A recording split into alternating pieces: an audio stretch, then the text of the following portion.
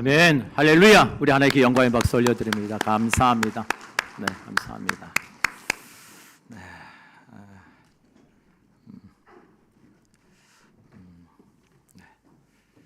네, 한번 기도하겠습니다. 사랑의 아버지 하나님, 주여 감사합니다. 하나님 감사합니다. 임마누엘의 아버지 하나님, 오늘도 우리와 함께 하시고 자기 사람을 사랑하시되 끝까지 사랑하시며 결코 세상 끝날까지 우리를 떠나지 아니하시는 좋으신 아버지 하나님이 되시는 줄 믿습니다. 오늘도 그 하나님께 존귀와 영광을 올려드립니다. 주님 홀로 영광 받아 주옵시고, 오늘도 이 자리에 나와 주 앞에 모든 것을 다하여 전심으로 하나님께 모든 걸 의탁함으로 우리 하나님만 높이는 우리 사랑하는 믿음의 권석들의 심령을 하나님 꼭 만져주시고 힘주시고 위로해 주시고 주의 은혜로 다시 서는 깊은 놀라운 은혜가 있도록 하나님 은총을 내려 주시옵소서. 하나님 귀한 물질 하나님께 드립니다. 우리 성도들 수고하고 애쓰고 땀 흘려 세상에서 수고함으로 거둬들인 것들 첫 것을 하나님께 드리고, 또 아버지 구별하여 감사함으로 주 앞에 드리고, 여러 기타 여러 이런저런 모양으로 하나님께 이 물질을 올려드립니다. 간절히 바라고 원할 것은 하나님 저들의 그 마음의 중심을 하나님이 이미 받으신 줄 믿사오니 저들의 필요를 아시는 주여, 저들의 삶이 마르지 않게 하여 주시고 모든 것을 풍성하게 채우시는 하나님의 은혜를 날마다 목도하고 고백되어지는 그런 삶을 살아가는 우리 저들의 심령, 우리 성산의 모든 권석들이 되어지도록 하나님 복 내려 주시옵소서. 하나님 또 감사합니다. 또 오늘 예배 나오고 싶지만 이런저런 사정으로 나오지 못하는 우리 성도들도 기억하여 주시고, 어디든지 그 자리가 예배의 자리가 되게 하시고 하나님 만나는 자리 되게 하여 주시고 주의 은혜로 굳건히 서는 우리 가족들, 우리 심령들이 다 될 수 있도록 주님 함께해 주시옵소서. 또 수고하고 애쓴 일이 많습니다. 이른 아침부터 나와서 하나님 수고하고 하는 모든 그 자리들을 기억해 주시고 저들의 수고가 결코 헛되지 않음을 하나님 꼭 보이신 뿐만 아니라 남다른 은혜와 복으로 하나님 덧입혀 주시옵소서. 하나님 감사합니다. 종의 입술을 온전히 하나님께 의탁하옵고 살아계신 주 예수 이름 받들어 간절히 기도드립니다. 아멘. 아멘. 네, 할렐루야. 아멘. 감사합니다. 우리 한번 이렇게 인사하실까요? 고맙습니다. 고맙습니다. 감사합니다. 사랑합니다. 네, 한 가지 더 하시죠. 애 많이 쓰셨습니다. 애 많이 쓰셨습니다. 애 많이 쓰셨어요. 네, 야 오늘도 벌써 12월이네요. 참 1월달 시작하고 저희 금식 수련회 시작하면서 아유 목사님 어떻게 금식을 해요? 막 이렇게 올 연초에 이렇게 시작했던 게 엊그제 같은데 이제 또 한 달 뒤에 또 하셔야 돼요. 네. 그래서 여러분 이렇게 시작했던 한 해가 이제 벌써 12월이 왔습니다. 여기까지 인도하신 하나님 은혜에 여러분 감사하시고 절대로 교만하지 마시고 매 순간순간마다 하나님과 동행하시는 우리 권석들 되시길 축복합니다. 네. 오늘 마가복음 10장 13절 16절 누가 하나님의 나라에 들어가는가라는 제목을 가지고 말씀을 나누려고 합니다. 예수께서 이제 마지막 이제 십자가를 지시려고 예루살렘으로 오르십니다. 마가복음 9장부터 보면 예수님이 어떤 여정을 통해서 예루살렘으로 올라가셨는지에 대해서 자세하게 기록되어 있습니다. 예수님께서 제자들과 아무도 모르게 가버나움, 갈릴리라는 가버나움에 들어가셔서 제자들에게 이런저런 교훈을 주시고 가르침을 주신 이후에 예수님께 다시 길을 떠나서 유대를 통과해서 우리가 잘 아는 것처럼 여리고를 돌아서 굳이 그리를 안 가셔도 되는데 유대를 통과해서 그냥 바로 예루살렘 배를 통해서 올라가셔도 되는데 굳이 여리고로 돌아서 여리고에 가셨다가 예루살렘에 이제 입성하셔요. 그게 예수님의 여정인데 우리가 잘 아시는 것처럼 예수님께서 여리고로 가신 이유가 두 가지가 나오죠. 우리가 잘 아는 이야기, 여리고 처음 들어갈 때는 두 소경이 나사렛 예수여 우리를 불쌍히 여달라고 막 소리 질러요. 그래서 마가복음 보면은 그들의 이름이 디메오의 아들 바디메오다 이렇게 이름이 나오죠. 그래서 그 소경을 고쳐주신 이야기가 여리고에 있어요. 또 하나 여리고에 들어갔더니 웬 조그마한 사람이 세리에 장했던 사람이 예수님이 누군가 하여 궁금하여서 예수님을 만나려고 했었죠.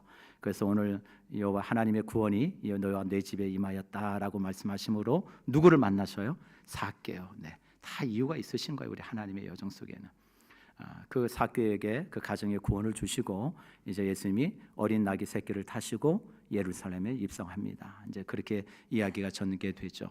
오늘 예수님께서 제자들과 함께 가버나움 나오셔서 유대를 지나시다가 그 마을이 어느 마을인지 구체적으로 성경은 말씀하고 있지 않습니다. 그런데 한 마을에 제자들과 들어가셨어요. 그랬더니 바리새인이 와서 예수님께 와서 시험을 하죠. 여러분 기억나시죠? 지난주에 신명기 24장의 말씀을 근거로 해가지고 예수님께 와서 이렇게 묻습니다.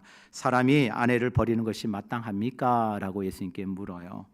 그랬더니 무슨 얘기예요? 모세오경에 보면 율법에 의하면 이혼 증서를 써주면 얼마든지 이혼이 가능하다라고 얘기하고 있습니다. 그 말은 즉슨 당시에 종교 지도자들 바리새인들은 일부 다처제를 은근히 허용했어요. 남성 우월적인 지위를 이용해서 성경에는 분명히 일부 일처제임에도 불구하고 은근히 이런저런 이유를 들어서 여자의 어떤 잘못된 가오를 들어서 일부 다처제를 은근히 묵인했습니다. 그리고 여자를 하나의 재산, 수단으로 활용을 해요. 그래서 얼마든지 이혼 증서만 써주면 버릴 수 있었어요. 그리고 또 장가들 수 있었어요. 그게 합법하다라고 그들 스스로가 주장했습니다. 그들이 이야기하는 그 주장이 말씀에 근거하고 있으니까 우리가 틀리지 않죠? 라고 물어보는 것과 똑같은 거예요. 그거를 예수님께 물어봤을 때 예수님께서 창세기 2장의 근거를 통해서 이혼을 얘기하기 전에 하나님이 남자와 여자를 창조하시고 그리고 남자와 여자가 부모를 떠나 한 몸을 이루게 하신 것이 결혼의 가장 중요한 의미라는 것을 그것부터 너희가 알아야 된다. 그래서 결혼이 왜 중요한지, 결혼이 무엇을 의미하는지를 예수님이 하나하나 조목조목 말씀해 주셨어요. 그리고 결론적으로 이런 말씀을 하셨죠. 이혼이라는 것을 통해서 자신의 욕망을 위한 수단으로 삼아서는 안 된다라는 메시지였어요. 이 메시지를 다 맞추고 났는데 이건 좀 밖이 이제 술렁술렁 되기 시작하는 거예요. 어떤 일이 벌어졌느냐? 예수님이 그 마을에 오셨다는 얘기가 삽시간에 아마 소문이 퍼졌던 것 같아요. 그러자 그 마을에 살고 있던 애를 둔 아이들 부모님들이 예수님이 우리 마을에 오셨대. 그리고 아이들의 손을 붙들고 예수님께 찾아오는 거예요. 예수님, 우리 아이의 머리에 손을 얹고 좀 안수해 주시고 우리 아이를 축복해 주시면 안 되겠습니까? 왜요? 예수님이 손을 얹고 기도하면 병든 자가 낫고 귀신이 나간다는 놀라운 소문들을 들었어요. 예수님에게는 뭐가 있어요? 능력, 권능이 있구나. 그 예수님께 안수 받으면 우리 아이가 잘 될 거라고 하는 믿음이 있는 거죠. 여러분 오늘날도 그렇지 않습니까? 우리가 목회자에게 와서 안수기도 받는 이유가 뭐예요? 그 목사를 보는 것이 아니라 하나님 누구예요? 그 목사를 통해서 일하시는 하나님을 믿고 신뢰하는 거니까. 여러분 그래서 그 부모들이 와서 아이들 놓고 막 기도하기를 바라는 그런 마음에 그런 상황 속에서 오늘 본문의 이야기가 전개가 되는 겁니다. 1943년 프랑스 파리에서요 한 남자가 길을 걷다가 어떤 오래된 자전거가 눈에 툭 들어왔어요. 저 자전거 오래됐네.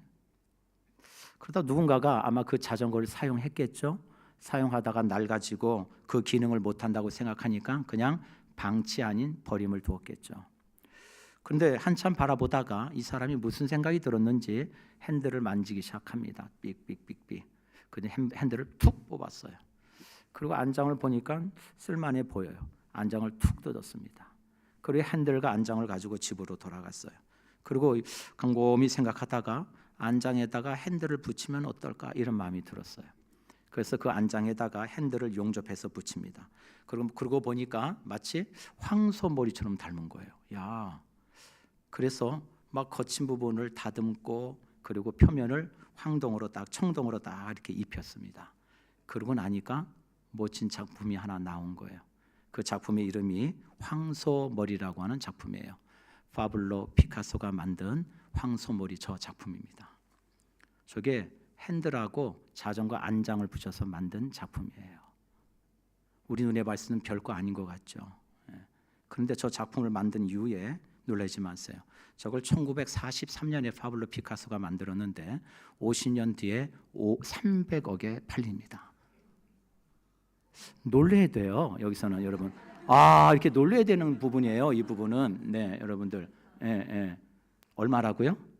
300억. 어마어마하죠.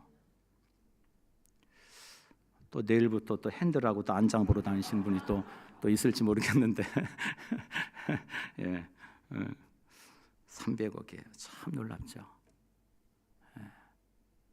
이 피카소로가 하는 남다른 이 감각을 가진, 정말 무엇을 만지더라도 그것이 하나의 쓸모없는 재료가 아니라 그걸 명품으로 만들어낼 줄 아는 지혜와 능력이 그 안에 있는 사람이 붙들리니까 어마어마한 가치가 됐어요. 우리 사랑하는 성산의 가족 여러분, 우리 인생도 마찬가지 아닐까요? 누가 주목하지 않는 인생, 별 존재감 없이 살아온 그런 인생일지라도, 아니 지금까지 하찮게 여김을 받은 인생이랄지라도 여러분 믿으세요. 하나님의 손에 붙들리면 그 인생은 하나님이 가치를 부여하는 명품 인생이 될 줄 믿습니다. 예, 예. 모세가 그랬어요. 여러분 나이는 숫자에 불과한 거예요. 여러분 다윗이 그랬습니다. 다윗의 그 출생이 그 인생을 결정하지 않았어요. 그의 출생을 따지면 막내예요. 사무엘이 왔을 때도 아버지는 존재감 없이 여겼기 때문에 그 아들은 부르지도 않았어요. 그러나 그의 막내라고 하는 그 출생이 그 인생을 결정지었나요? 여러분 그렇지 않죠. 여러분 역사상 4장에 보면 야베스라고 하는 인물이 나옵니다. 야베스 이름의 뜻이 고통이에요. 고통. 그 이름도 어머니가 지어줬어요. 유대인들은 태어나면 그 자녀 이름을 남자가 짓게 되어 있습니다. 여자가 지었다는 것은 아빠가 누군지 모른다는 얘기예요. 참 인생이 기고합니다. 아빠가 누군지 몰라요. 얼마나 그 인생이 기고한지 허구 많은 그 많은 이름들이 있었을 텐데, 그런데 그 이름을 야베스, 고통 이렇게 이름을 지어요. 어쩌면 그 고통스럽게 살다 죽을 운명인지도 모르죠. 그런데 성경은 역대상 4장 10절에 이렇게 말씀합니다. 우리 같이 한번 읽어볼까요? 역대상 4장 10절 시작. 야베스가 이스라엘 하나님께 아뢰어 이르되 주께서 내게 복을 주시려거든 나의 지역을 넓히시고 주의 손으로 나를 도우사 나로 환난을 벗어나 내게 근심이 없게 하옵소서 하였더니 하나님이 그가 구하는 것을 허락하셨더라. 아멘. 아멘. 여러분 그가 자신의 처지와 환경과 출생에 머물지 아니하고 누구를 찾았어요? 하나님을 찾았어요. 하나님을 구했어요. 그랬더니 하나님이 그 구한 것을 어떻게 하셨더라고요? 허락하셨더라. 역사상의 1장부터 많은 족보가 나옵니다. 다 이름 누가 낳고 누구 이름 누구 이름. 그런데 그 이름에 대한 설명은 없어요. 근데 유일하게 야베스에 대한 이름은 2절을 거쳐서 설명하고 있어요. 그 이유가 뭘까요? 하나님이 붙드시면 된다는 거예요. 2025년도 마지막 한 달을 맞이하는 여러분 첫 주일입니다. 임마누엘이 되신 하나님이 여기까지 인도해 주셨어요. 내가 무엇을 가졌느냐, 소유했느냐, 누렸느냐, 그거보다 더 중요한 게 있어요. 하나님이 나와 함께 하셨다는 거예요. 그게 더 중요해요. 여러분 그 사실을 잊지 마시고 올 한 해 여러분 잘 마무리하시고 2026년도를 말씀과 기도로 여러분의 인생의 모든 계획을 하나님께 맡겨드림으로 힘찬 새해를 잘 준비해 가시는 12월이 되기를 주의 이름으로 간절히 축복합니다. 아멘. 네. 여러분 마가복음 오늘 본문의 말씀 10장 13절 이 말씀과 또 끊어지는 그 앞달락에 있었던 12절 말씀 사이에는 우리 성경은 번역이 되어 있지 않지만 헬라어 원어에는 이렇게 되어 있습니다. 12절 볼까요? 또 아내가 남편을 버리고 다른 데로 시집가면 간음을 행함이니라. 우리 성경에는 번역되어 있지 않지만 헬라 성경에는 카이 그리고라는 단어가 있어요. 그리고 사람들이 예수께서 만져주심을 바라고 이렇게 되어 있습니다. 헬라 성경은 시제와 그 다음에 그것이 대문자냐 소문자 아주 중요해요. 거기에 따라서 번역이 조금씩 달라집니다. 의미가 조금씩 달라진다는 얘기예요. 카이라는 것이 우리말로 그리고라는 뜻인데 이게 대문자로 쓰여지느냐 소문자로 쓰여지느냐에 따라서 의미가 좀 달라요. 여러분 대문자로 쓰여져 있습니다. 여기 본문에는 카이라는 단어가 그 얘기는 앞에 있는 이야기와 뒤에 있는 이야기가 어떤 시간에 어떤 차이를 두고 있었던 얘기가 아니라 그 앞에 있었던 사건과 더불어서 끝나자마자 바로 이어서 그 다음 사건이 전개되어졌다라는 것을 의미하는 거예요. 이 무슨 얘기인지 아시겠죠? 예, 대문자 카이는 그런 의미예요. 그러니까 한 시간 한 장소에서 일어나고 있는 사건이에요. 예수님께서 바리새인들에게 결혼이 어떤 의미인지를 가르쳐 주신 이후에 또 바로 이어서 어떤 일이 벌어졌다고요? 부모님들이 자녀들 막 데리고 와가지고 우리 아이들 축복해 줘서 이런 사건이 계속 연계되어 있던 사건이다. 그러니까 같은 시간대 같은 장소에서 이루어진 사건이다. 또 하나 대문자 카이라는 의미는 어떤 의미냐면 앞에 이루어진 그 사건 이야기의 주제와 대문자는 어떤 뜻이냐? 좀 다른 주제의 사건이 전개된다는 얘기예요. 소문자로 되어 있으면 그 앞에 있는 메시지와 계속 연결되어지는 사건이라고 보는데 대문자는 앞의 이야기는 끝났고 또 다른 주제와 사건으로 이야기가 전개되고 있다라는 게 대문자의 의미예요. 이해되셨죠? 어려워요? 네. 예. 그래서 이제 그 사건이 이제 전개가 되는데 오늘 이 말씀을 좀 보면서 창세기 48장의 말씀을 좀 묵상해 봤어요. 여러분 창세기 48장을 보면 야곱의 자손들이 자신의 식솔들을 거느리고 70명이 애굽으로 들어가서 고센 땅에 거주하게 됩니다. 야곱이 애굽에 들어갈 때 나이가 130세였고요. 애굽에서 17년을 살고 147세에 그가 죽습니다. 야곱이 이제 나이 들어서 이제 그가 노안이 돼서 이제 죽을 것 같다라고 하는 이런 소식을 그 아들 요셉이 듣고는 아버지에게 찾아가 문안을 합니다. 아버지에게 찾아갈 때 그냥 가지 아니하고 자신의 큰 아들 므낫세, 둘째 아들 에브라임을 데리고 아버지에게 찾아갑니다. 그러고 나서 아버지의 상태를 살핀 후에 아버지 우리 두 아들에게 좀 아버지 축복해 주시면 안 될까요? 아버지 우리 두 아들에게 좀 복을 주시는 기도를 해 주시죠 라고 부탁합니다. 그때 여러분 잘 아신 것처럼 장자는 오른쪽, 차자는 왼쪽 이렇게 앉혀요. 그러고 나서 아버지가 손을 얹고 딱 기도하길 바라는데 아버지가 어떻게 하죠? 이 손을 이렇게 엇갈립니다. 그러니까 요셉이 아버지 그거 아니에요 아버지 얘가 장자고요 얘가 차자입니다. 또 그런데 아버지가 또 이렇게 해요. 아니 아버지 그게 아니고요 얘가 장자고 얘가 둘째라고요. 그랬자 이 요셉이 야곱이 뭐라 그러죠? 나도 안다 나도 알아. 모르고 하는 게 아니야. 하나님이 그렇게 시키신 거겠죠. 그래서 야곱이 그 두 아들을 축복합니다. 그러고 나서 아버지 왜 그렇게 하셨어요? 그렇게 아니라고 말씀드렸는데 그러자 야곱이 창세기 48장 19절에 그 아들 요셉에게 이렇게 얘기합니다. 나도 안다 아들아 나도 알아. 그러나 에브라임이 형 므낫세보다 더 큰 자가 되어서 그의 자손이 여러 민족을 이루게 될 거야. 여러분 이걸 야곱이 계산했을까요? 하나님이 계산하셨을까요? 하나님이 계산하셨죠. 여러분 그래서 훗날에 야곱의 그 축복대로 에브라임은요 큰 민족을 이룹니다. 북쪽 지파 10개 지파를 대표하는 가장 읍던되는 지파로 하나님이 세워주셔요. 유대인들은요 지혜자나 랍비 선지자에게 흔히 말하는 위인들에게 자신들의 아이를 데리고 가는 축복받는 관습이 있었다 그래요. 저는 그 시작이 이 창세기 48장에 나오는 야곱의 축복이 그 시작이 아니었을까 그런 생각을 해보게 됩니다. 이런 일이 여러분 신약에도 여전히 있었습니다. 예수님 당시에도 그랬어요. 그래서 유대인들은요 회당에 가서 랍비들에게 축복받는 풍속이 있었다고 그래요. 여러분 예수님께서 손을 얹으면 병이 낫고 귀신이 나가고 죽은 자가 살아나는데 여러분 뭐 그 이상 뭘 더 바라겠어요? 그분이 손대 주시길 바라는 마음은 뭐 지금이나 그때나 별발 다를 바 없겠죠. 하나님의 능력이 주님의 능력이 내 아들에게도 임하길 원합니다. 여러분 그런 마음으로 부모들이 자신의 자녀들을 데리고 예수님께 왔을 거예요. 오늘 성경 말씀이 보면 우리 13절 봅니다. 사람들이 예수께서 만져주심을 바라고 어린 아이들을 데리고 오매 제자들이 꾸짖거늘. 어린 아이 우리가 잘 아는 단어입니다. 파이디오라고 하는 단어인데 우리가 잘 아는 말씀 파이디온 들어보셨죠? 이 파이디온에서 파생한 복수형입니다. 파이디오 어린 아이들.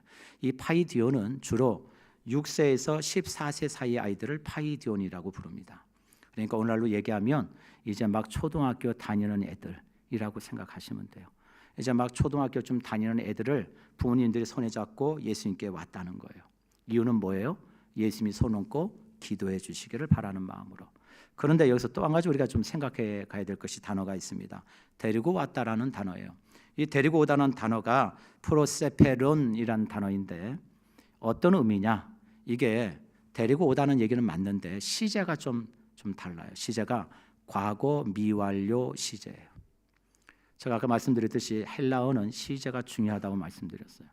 과거 미완료 시제라는 것은 이 어떤 행동이나 동작과 사건이 과거에 시작됐는데 미완료라는 것은 뭐예요? 아직 그것이 끝나지 않았다는 얘기예요. 그 말은 부모들이 자신의 아이들을 예수님께 끊임없이 뭐예요? 데리고 오고 있다는 거예요. 여러분 처음에 부모들이 예수님 만나러 가자, 예수님 만나러 가 이러고 왔겠죠. 그러니까 제자들이 어서 오시라고 잘 오셨다고 여기 오시라고. 그래요. 어떻게 우리 아이를 예수님이 좀 이렇게 뭘 쓰다마 주시고 좀 복을 주신 기도해 주시면 좋겠어. 그러시라고 오시라고. 그러니까 사람들이 많으니까 이게 너무 많아요. 좀 오신 순서대로 좀 하겠습니다. 좀 줄을 서 주세요.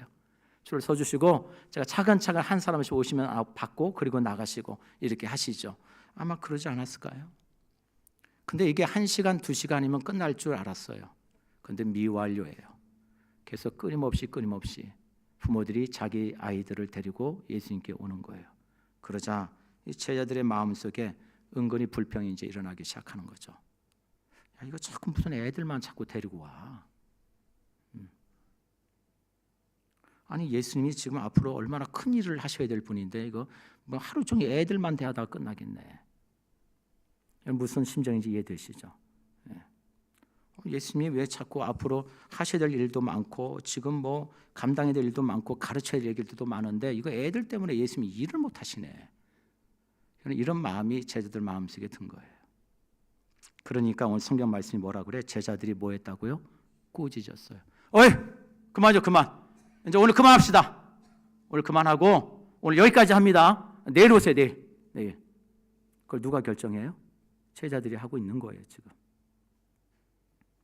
그 모습을 주님이 이렇게 물끄러미 보시고 오늘 14절에 이렇게 말씀하시죠.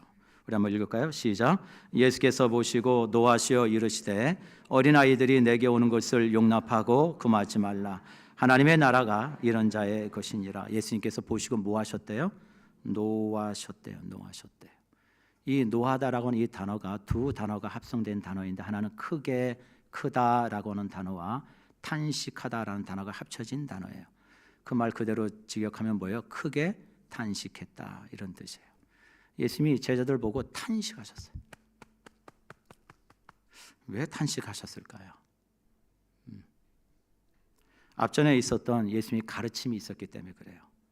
예수님께서 제자들과 몰래 갈릴리 가버나움에 들어가신 일이 있으셨죠. 그때 예수님이 자신의 순환고지를 말씀하시고 제자들이 막 누가 크냐 작냐 막 이런 다툼이 있었어요. 그때 예수님이 한 어린아이를 파이디온 어린아이를 데려다가 그 제자들 보는 앞에서 예수님 딱 세우셨어요. 그리고 제자들이 예수님 도대체 뭘 하시려고 그러실까? 주목하고 봤겠죠. 그러면서 그 제 아이들을 딱 세워놓고 예수님 뭐라고 말씀하셨느냐? 마가복음 9장 37절에 이렇게 말씀합니다. 누구든지 내 이름으로 이런 어린아이 하나를 영접하면 곧 나를 영접함이요. 누구든지 나를 영접하면 나를 영접함이 아니요 나를 보내신 이를 영접함이니라. 그럼 이 말씀을 주님이 하시는 거예요.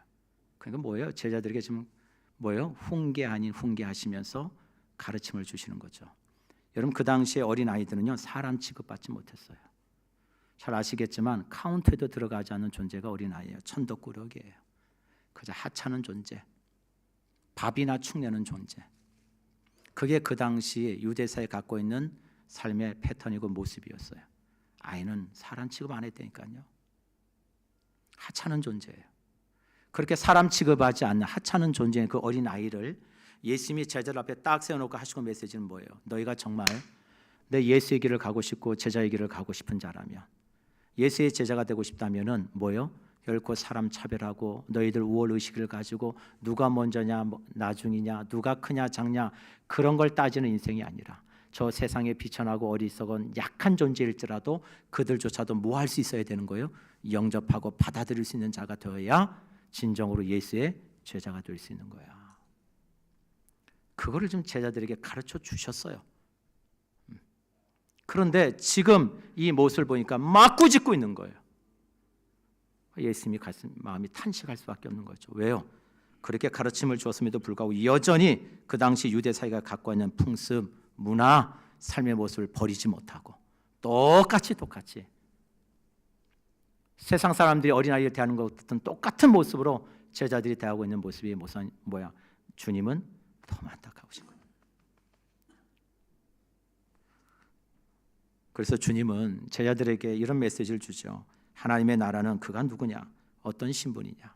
그 어떤 배경이 있느냐? 그런 것에 있지 아니하고 하나님의 나라를 소유할 수 있는 인생은 하늘로부터 내려온 산떡이신 예수 그리스도를 뭐예요? 영접하는 자, 받아들이는 자라면 그 하나님의 나라는 누구에게나 소유될 수 있는 것이다. 이어서 15절에 주님 이렇게 말씀하십니다. 한번 읽겠습니다. 15절 시작. 내가 진실로 너희에게 이르노니 누구든지 하나님의 나라를 어린 아이와 같은지 안 자는 결단코 그곳에 들어가지 못하리라 하시고, 여러분 하나님의 나라는 어린아이와 같이 받들지 않는 자는 결코 뭐예요? 들어가지 못하리라. 이 말씀을 좀 반대로 쉽게 설명하면 하나님의 나라는 어린아이와 같이 받드는 자가 들어간다, 이런 얘기죠. 여러분 받들다라는 이 의미의 뜻은 받아들이다라는 뜻이에요. 우리 번역이 조금 어려운데 받들다는 무슨 뜻이라고요? 받아들이다, 수용하다, 이런 뜻이에요. 우리 주 안에 사랑하는 성도 여러분, 하나님의 나라는요 우리 어떤 노력으로 힘으로 되는 것이 아니에요. 하나님의 선물인 줄 믿습니다. 하나님 선물이에요. 우리가 어떤 노력을 한다고 해서 하나님의 받을 만한 그 자격이 주어지는 게 아니라고요. 그래서 하나님께서 우리에게 그 길을 열어주셨어요. 그럴 자격이 없기 때문에 하나님이 사랑하셔서 독생자 예수 그리스도를 보내주셔서 길이요 진리요 생명이신 그분을 받아들이며 그가 누구든지 간에 하나님의 나라를 소유할 수 있도록 영생이 주어지는 복된 인생으로 하나님이 세우신 줄 믿습니다. 예. 그렇다면 어린아이와 같다는 것이 뭘 의미하느냐? 그거 한 가지 좀 나누려고 그래요. 어린아이와 같다는 게 뭘 의미하냐? 여러분 어린아이가 갖고 있는 특성 중에 여러 가지가 있지만 한 가지는 아주 강한 의존성이에요. 어린아이는 의존해야 돼요. 어린아이는 부모를 의존해야 살 수 있는 존재입니다. 여러분 누가복음 15장에 보면 탕자의 비유를 잘 아실 거예요.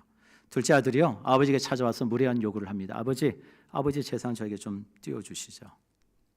여러분 그 요구 속에는 이 탕자는 무슨 얘기가 있어요? 무슨 생각이 있어요? 아버지로부터 독립하겠다는 자기 의존성이 깊이 깔려 있는 거죠. 아버지 도움 없어도 내가 생각하는, 내가 판단하는 어느 정도의 조건만 갖춰주면 나는 얼마든지 혼자 살아갈 수 있어.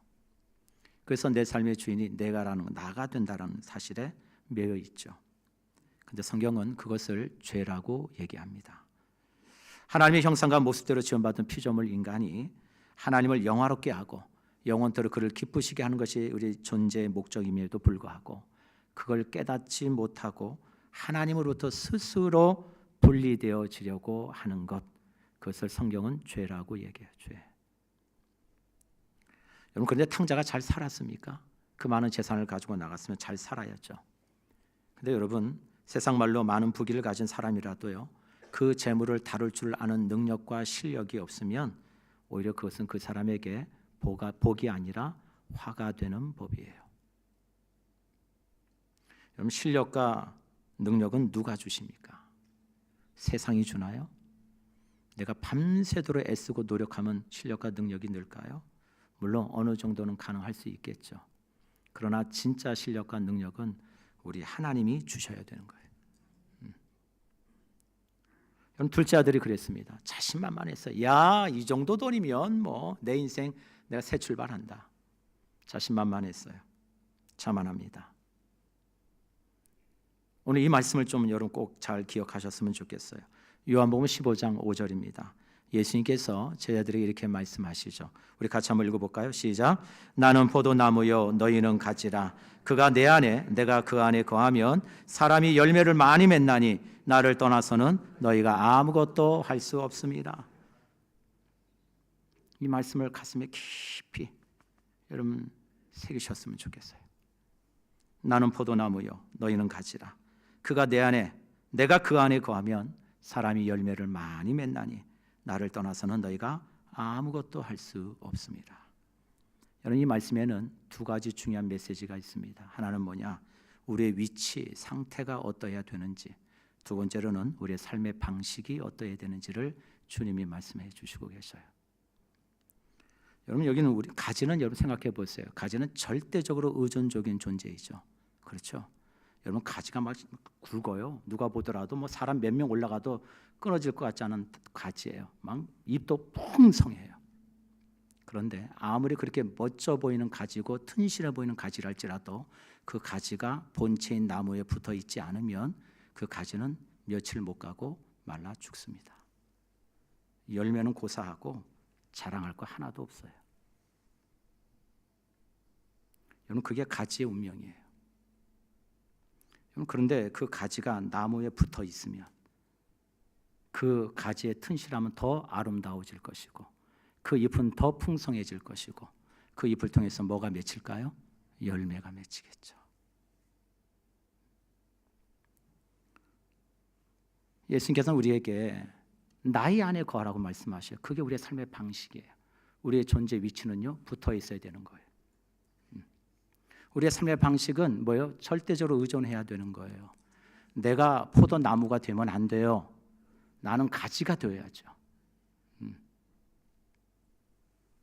근데 자꾸 우리는 그렇게 안 해요.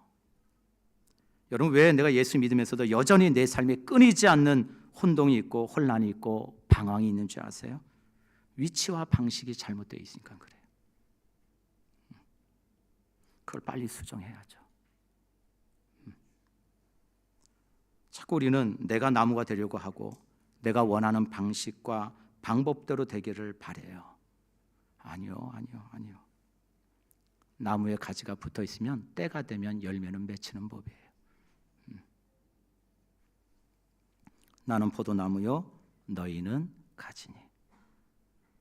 여러분, 결국 탕자가요, 모든 것을 잃습니다. 그야말로 세상 밑바닥 저 처자나 아주 그냥 인생의 쓴맛을 보고 드디어 그때 깨닫습니다.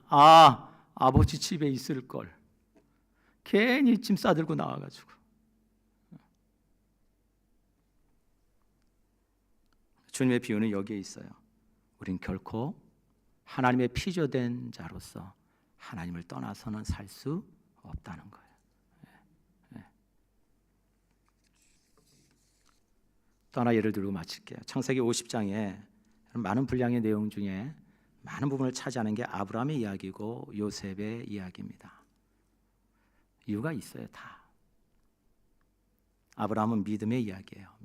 믿음이 뭐냐? 요셉은요, 하나님의 주권과 섭리예요. 무엇이 형통한 인생인가?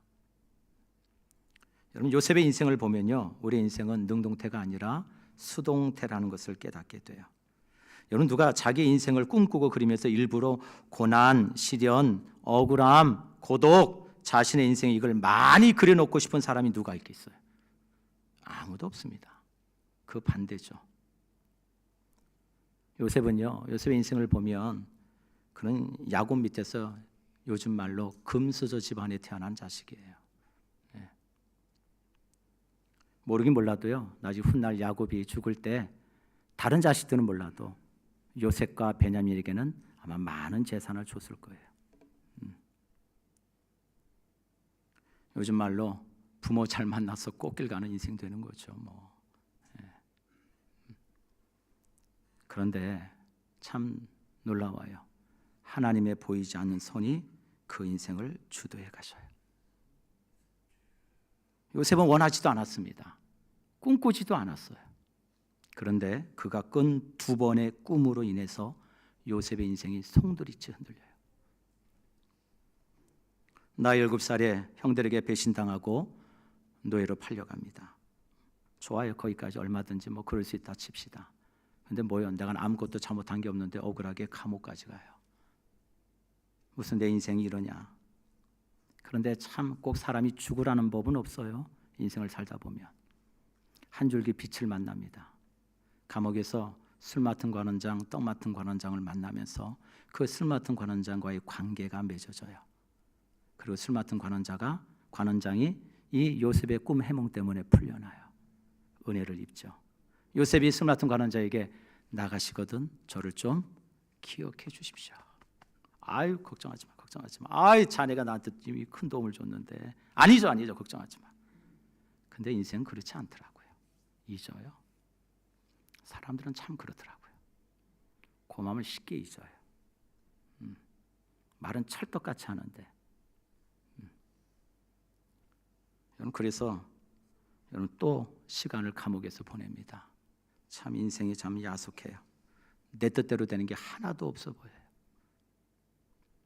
그런데 요셉은 아무것도 한 것이 없지만 하나님은 일하시고 계시는 줄 믿습니다. 하나님 일하시고 계셔요.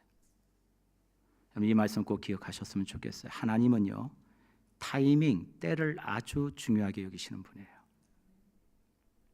사람의 때가 아니라 하나님이 영광 받으시는 그 때가 있다는 것을 믿고 살아가시기를 주의 이름으로 간절히 축복합니다. 그 때가 있어요. 마침내 나이 30에요, 요셉이 바로 앞에 섭니다. 왕 앞에 서는 정도가 아니라 애굽의 총리가 돼요. 하나님이 그려놓으신 그 멋진 그림의 첫 단락이 완성이 돼요. 아브라함에게 약속하셨던 너로 말미암아 내 자손이 하늘의 별과 같이 땅의 모래와 같이 큰 민족을 이루게 하시겠다는 그 하나님의 약속의 첫 장, 첫 그림이 요셉을 통해서 완성이 되어져요. 요셉은 아무것도 한 것이 없습니다. 그가 한 것이라고는 딱 한 가지예요. 하나님을 두려워할 줄 알았다는 거예요. 그거 하나면 돼요. 하나님을 두려워할 줄 알았어요. 코람데오. 그래서 인생은요, 내가 주도해서 사는 것 같지만 결코 그렇지 않습니다. 하나님이 이끄신 대로 살아가는 인생이에요. 그래서 수동태예요.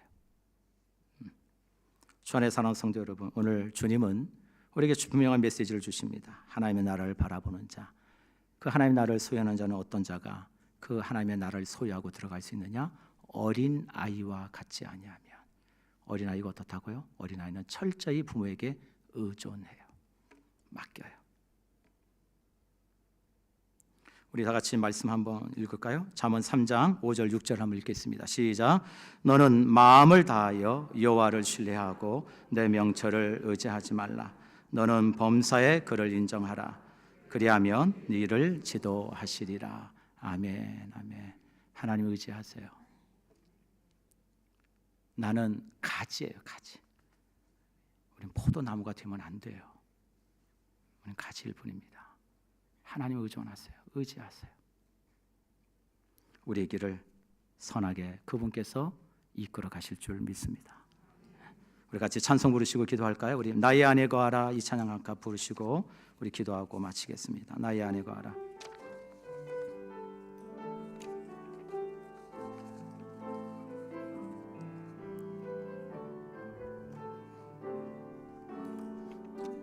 나의 안에 거하라. 나의 안에